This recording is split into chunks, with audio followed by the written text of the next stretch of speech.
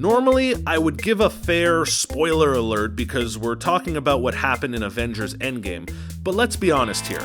We've all seen Endgame. Everyone on the planet has seen Endgame. If this video spoils anything for you, then that's on you, buddy. Don't put that on me. So by now, you know that Black Widow pulled off the hero's sacrifice and flung herself off that cliff in Vormir. As a result, the Avengers got the Soul Stone and would go on to complete the Infinity Gauntlet and ultimately defeat Thanos. It was a necessary part of the team's success, and without her heroics, they probably wouldn't have been able to save the day like they did. She played a massive role in the victory, even if she wasn't around to witness it. What I find most interesting is near the end of the movie, when Hulk wears the glove and makes an attempt to bring her back. He snaps his fingers to reverse the snap that Thanos did, but claims that in the process he also tried to bring back Black Widow, but couldn't do it.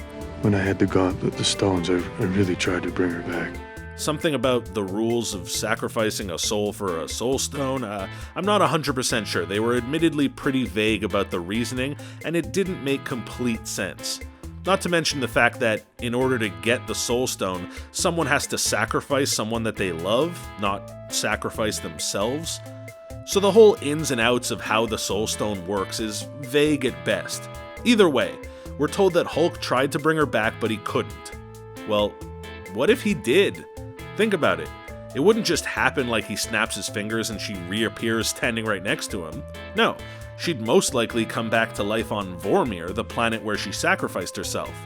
So how could Hulk know if his attempt worked or not? Just because she didn't magically appear right in front of him, he assumed that it didn't work? That's like living in a tropical climate and claiming that snow doesn't exist.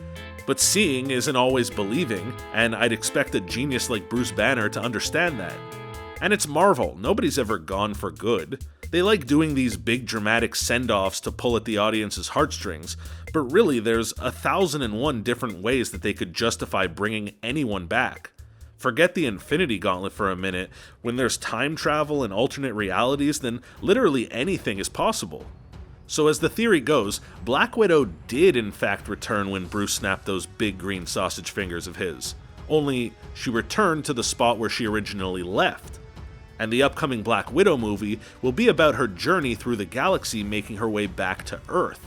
After all, that's not an easy mission. There's very few flights in and out of Vormir and practically no buses whatsoever. But wait, I can tell you're probably warming up those commenting fingers to rip me a new one about how the upcoming Black Widow movie is apparently a timepiece set in the past. True, that is what they've been telling us. But why should we believe them? They're the movie studio making all of this content for us. Why would they just hand over the playbook just like that? It's about time Marvel starts throwing some misdirects and surprises our way. They've already started taking more risks, starting with the world's mightiest heroes taking an L in Infinity War. They're also apparently dipping their toes into the horror movie genre with the upcoming Doctor Strange sequel, and they're set to introduce a whole bunch of new characters in the coming months and years. I wouldn't put it past them to tell us one thing about this Black Widow movie, but then do something pretty much out of left field. The rumors are that the Black Widow movie will be a prequel focusing on her origin story as a KGB agent turned super spy. But we think that that's only part of it. The movie could very easily be a balance between the two, continuing her narrative while showing us some valuable backstory. As long as we find out what happened with Natasha and Clint in Budapest, then I'll be happy. It's like Budapest all over again! You and I remember Budapest very differently. It wouldn't be the first time that this has happened. Heck, they already did it in the MCU with Gamora. She was taken out the exact same way that Black Widow was, by falling off that cliff in Vormir. So she was eliminated in Infinity War, only to be brought back in Endgame. They just gave us some nonsense explanation involving time travel and alternate realities, and boom, there's a brand new Gamora to move forward with. They also brought Nick Fury and Loki back from the dead without so much as batting an eyelid, so why can't they do it again? Why couldn't something similar happen for Natasha, where they go back in time and grab another version of her and then just skip around the part where she sacrifices herself and voila, we're as good as new? Maybe that's even what they mean by the whole prequel angle of this upcoming movie. It's less to do with her actual backstory as a human being, but more about jumping back through time to save her life.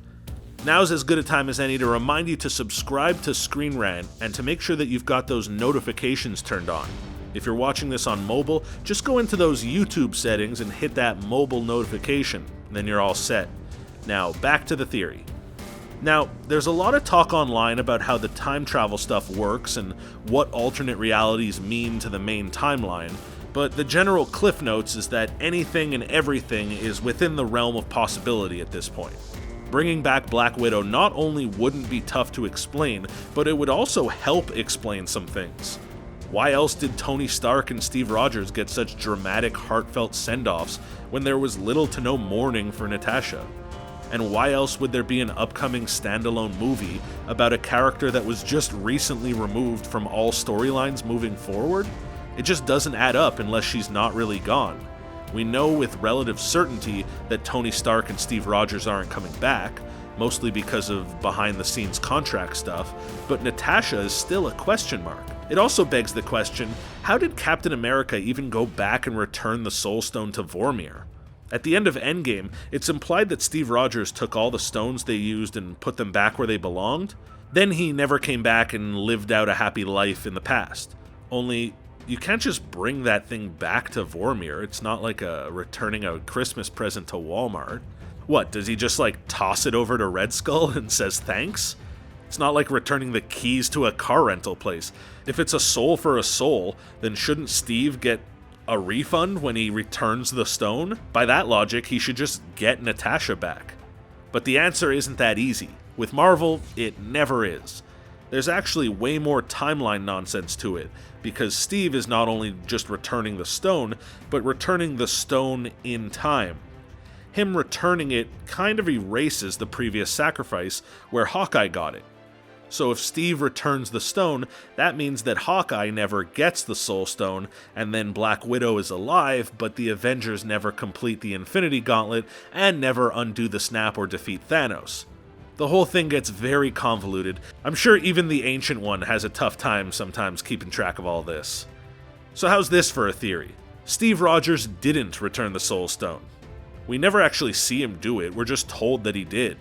What if he kept that stone, went back to the past, lived out a full, happy life with Peggy Carter, all the while Black Widow's chilling somewhere in the Soul Realm?